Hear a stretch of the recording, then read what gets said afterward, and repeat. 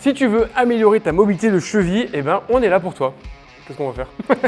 On va faire des exercices. Et donc dans cette vidéo, je vais vous montrer des exercices pratiques à mettre en place pour vous permettre d'améliorer ça, parce que ça peut être gênant dans pas mal de choses dans la vie quotidienne. Alors peut-être pas pour les toilettes, mais pour faire du sport. Si vous avez des problèmes sur votre squat, sur des exercices comme le pistol, tu peux nous montrer tes 2 pistoles d'ailleurs, quand tu voulais pas? Ok, elle a rien à foutre de la vidéo, Sophia. Exemple concret, Sophia qui nous fait un pistol à droite. Voilà, tout va bien. Maintenant, Sophia qui nous fait un pistol à gauche. Voilà. Donc globalement, par exemple pour le sport à la maison, enfin bref, vous avez compris, pour les squats, les fentes, etc., ça marche très bien de travailler votre mobilité de cheville. Ça va vous permettre de vous sentir plus à l'aise, d'avoir moins de blocage, mais surtout de mieux répartir les contraintes au niveau du dos. Si on prend le squat, je vous fais un topo très rapide. Mets-toi en bas du squat s'il te plaît Sophia, nickel. Plus vous allez avoir une bonne mobilité de cheville, plus vous allez être capable d'avancer votre genou, plus vous allez être capable de redresser votre dos. Donc, plus vous mettrez les contraintes ici et moins vous les mettrez là. À l'inverse, plus vous êtes raide au niveau de votre cheville, plus votre genou recule, plus vous êtes obligé de lever les fesses pour compenser et plus vous allez mettre les contraintes au niveau de votre dos et donc augmenter la probabilité d'avoir des douleurs de dos. Donc si vous faites ce type d'exercice régulièrement, vous devez le savoir. C'est d'ailleurs pour ça que souvent il y a des chaussures spécifiques avec des petites talonnettes qui permettent de tricher et d'avoir un peu plus d'amplitude. À la course à pied, de la même manière, si vous courez régulièrement et encore plus si vous avez une attaque talon, si vous êtes raide au niveau de la cheville, ça fait beaucoup de si dans la même phrase, vous allez être limité et vous pouvez vous développer des douleurs au niveau du muscle releveur ici qui va vous faire soit une tendinite, soit une périostite. Donc une fois encore, une bonne mobilité de cheville sera primordiale. Je ne vais pas vous faire tous les cas concrets où c'est important, mais par contre, on va vous montrer un test facile à réaliser et comme ça vous saurez si oui ou non vous en avez besoin, mais surtout si comme Sophia, vous avez une différence gauche-droite. Très simple, vous prenez un mur, vous prenez votre jambe, vous allez avancer le pied collé au mur et vous venez toucher. Si vous arrivez à toucher le mur sans que le talon décolle, vous reculez un petit peu, et vous recommencez. J'arrive à toucher sans que le talon décolle, je recommence. Et vous vous arrêtez au moment où vous sentez que le talon commence à décoller. Chez Sophia, tu peux reculer encore un tout petit peu. Ici, je pense qu'on est bon, vas-y, nickel. On a le moment où son talon commence à décoller, donc tu peux relâcher, stop, ne bouge pas. Bon là, il y a une petite réglette en plus, donc c'est un peu faussé, mais globalement, j'ai l'équivalent de toute ma main plus les 3 doigts de la réglette à côté. Donc globalement, une très bonne mobilité de cheville. Maintenant, si Sophia elle essaie de l'autre côté de faire la même chose, je recule un petit peu mon pied, j'y arrive, je recule encore un peu mon pied, vas-y, essaye. Là, on n'y arrive plus, je réavance un petit peu. Voilà, là, on arrive au maximum. Là où tout à l'heure, j'avais 3 doigts plus la main, là, j'ai 3 doigts plus 3 doigts. Donc en gros, vous voyez, il lui manque tout ça. Donc on va dire à peu près ça, de distance et donc d'amplitude dans sa cheville gauche. Donc c'est tout à fait cohérent avec notre test de tout à l'heure qui explique pourquoi est-ce qu'elle n'arrive pas à faire ce pistol. En termes de valeur de référence, il n'y a rien qui existe dans la littérature, mais moi ce que j'explique aux patients en cabinet, c'est qu'il faut qu'ils aient au minimum, avec leur propre morphologie, 4 doigts entre la pointe de pied et le mur pour se considérer qu'ils ont une cheville qui n'est pas raide. Et toute la main s'ils veulent qu'ils considèrent qu'ils ont une cheville qui est plutôt souple. Donc, maintenant que vous savez si oui ou non vous avez besoin de faire cet exercice, avant de quitter cette vidéo, pensez à la liker, à la commenter et à la partager. Et attendez la suite, c'est une folie ce qu'on va vous montrer. C'est complètement dingue. Quand vous avez fait ce test, Sophia, quand tu as fait ce test et que tu as senti que ta jambe gauche du coup était bloquée, qu'est-ce que toi tu as senti? Est-ce que ça tirait devant ou est-ce que ça tirait derrière? Les deux. Fin de vidéo.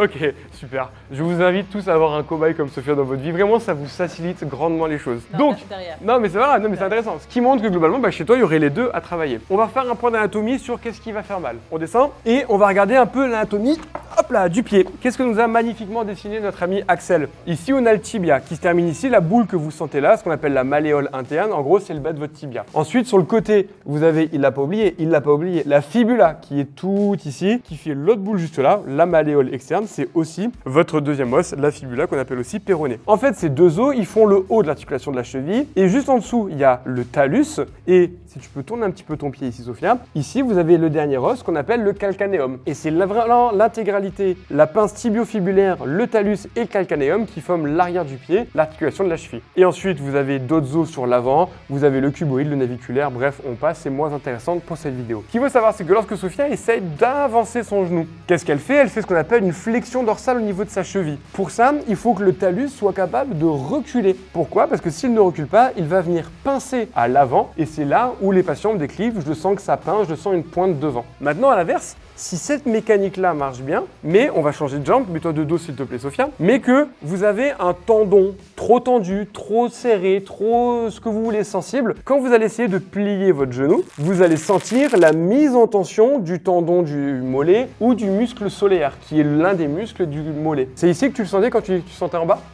Derrière. Donc soit vous sentez ici plutôt une tension et que ça tire et c'est le muscle qui va falloir travailler, soit vous le sentez plutôt devant et que ça pince et c'est l'articulation. Premier cas de figure, vous avez plutôt donc cette fameuse douleur devant, plus comme Sophia, qui de toute façon elle est deux. On va essayer d'aider le talus à reculer un maximum pour ne plus avoir le pincement. On va pas le faire sur Sophia parce qu'on va défoncer le magnifique body painting, donc on va le faire sur moi. Mais du coup tu pourras me tenir mon élastique si tu veux. On va se mettre pieds nus.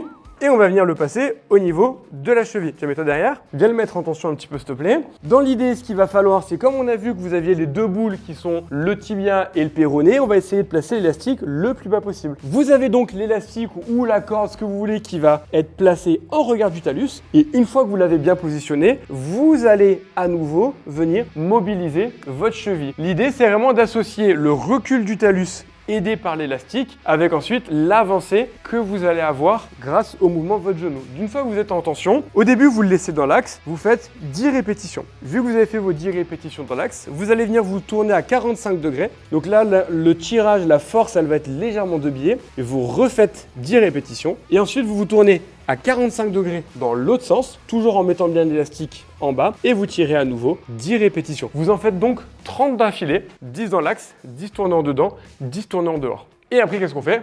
On boit un coup. Hein. On boit un coup, exactement. On boit un coup et on bouffe des cookies. Et après, vous allez venir directement retester sur le test qu'on a fait face au mur. Et vous verrez que vous aurez gagné en amplitude. Alors, il y a un vrai côté magique de je fais un exercice et j'ai tout de suite gagné, mais ça va être le fait de le faire régulièrement sur plusieurs semaines, voire plusieurs mois, qui va vous permettre de réellement gagner en amplitude. Maintenant, si c'était plutôt le muscle du mollet qui était limité, eh ben c'est très simple, on va venir faire un travail plutôt musculaire. Les techniques d'auto-massage, de pistolet de massage, de rouleau de massage, à titre personnel, je suis moyen fan, je trouve que ça a une efficacité plutôt efficace à court terme. Donc vous pouvez le faire juste avant une séance de sport, mais sur le long terme, je ne trouve pas que ça soit très efficace. Ce qui marche le mieux, ça va être de venir faire des étirements, mais associés à des travail actif. Je vous explique. Sophia, pendant toute cette partie-là de la vidéo, c'est très simple. Tu vas te mettre comme ça et tu peux dormir. Bah, quand j'opère, c'est vous ce qu'il fait, je vous le donne en mille. Il dort, hein. Quand je travaille, il dort. Et après, monsieur, je permets de critiquer mon boulot. Vous allez venir étirer la partie basse du mollet. Pour faire simple, vous vous mettez dans une position d'étirement, mais dans la position d'étirement du mollet, vous venez en plus déverrouiller, donc plier votre genou. Et vous mettez du poids dessus. Si vous gardez le genou tendu, vous allez tirer plutôt la partie hausse. Si vous avez le genou plié, vous allez tirer plutôt la partie basse. Donc déjà, vous pouvez commencer par un étirement simple. Vous tenez 30, 60, 90 secondes au maximum si vous le souhaitez. Et une fois que vous avez fait ça, on va associer deux types de contractions musculaires. La première, où vous allez très légèrement essayer de décoller la pointe de pied. C'est le talon, mais c'est la même chose, vous avez compris. Pendant 5 à 10 secondes, vous relâchez et vous essayez de gagner à nouveau en amplitude en descendant encore plus bas. Je décolle très légèrement 5 à 10 secondes, je relâche, j'essaye de gagner. Donc en fait, je contracte le muscle, puis je le relâche. Je contracte le muscle, puis je le relâche. Puis dans un deuxième temps, Sophia, tu ne bouges pas. Dans cette position, c'est pas visuel, donc il va falloir juste l'imaginer. Sophia, elle va essayer de relever tout son pied, comme si elle voulait essayer ici d'aller encore plus loin. Donc visuellement, ça fait rien, mais toi, tu essaies de relever la pointe de pied le plus possible. Exactement. Pareil, pendant 5 à 10 secondes, je relâche. Et quand je relâche, j'essaye de gagner. Je relève à fond pendant 5 à 10 secondes, je relâche. Quand je relâche, j'essaie de gagner. Qu'est-ce qu'on vient de faire? En fait, on a dans un premier temps juste étiré, puis dans un deuxième temps, on a contracté les muscles de derrière, puis contracté les muscles de devant. Pour en plus de gagner en amplitude, avoir un contrôle musculaire actif qui vous permettra en fait d'avoir un transfert derrière sur votre squat, sur vos feintes ou même tout simplement sur la course à pied.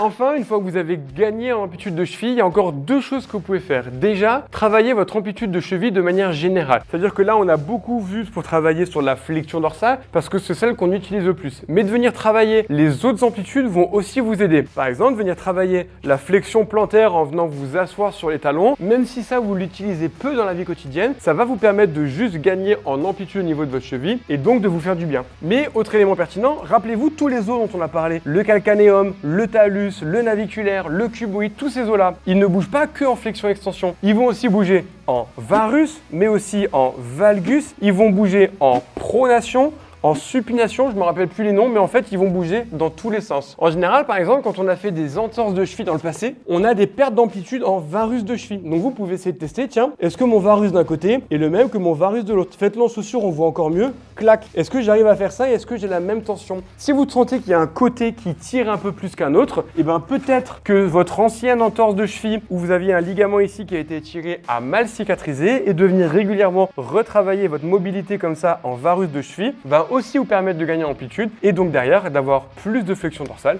et donc plus d'amplitude de cheville. J'espère que cette petite vidéo, viens là toi, vous a plu. Si c'est le cas, merci de soutenir Sophia qui n'en peut plus de ce tournage, elle en a marre. En tout cas, likez, commentez. Si ça vous a plu, vous me le dites dans les commentaires. Et si vous n'étiez pas encore abonné, eh bien bienvenue sur ma chaîne, bienvenue à Sophia. Un mot pour nos nouveaux followers? On vous aime. Oh, tu te calmes toi avec mes followers. Allez, va-t'en. Abonnez-vous, likez, partagez. À bientôt pour une prochaine vidéo. Et en attendant, je vous laisse avec 2 autres vidéos. Celle-ci, tiens, pour les entorses de cheville. Comment faire pour rééduquer une entorse de cheville. Et tiens, c'est toi qui suis. Là, on met quoi? Renforcer ses fessiers. Renforcer ses fessiers. Tout ça parce que tu es dedans. Et renforcer ses fessiers. Ciao!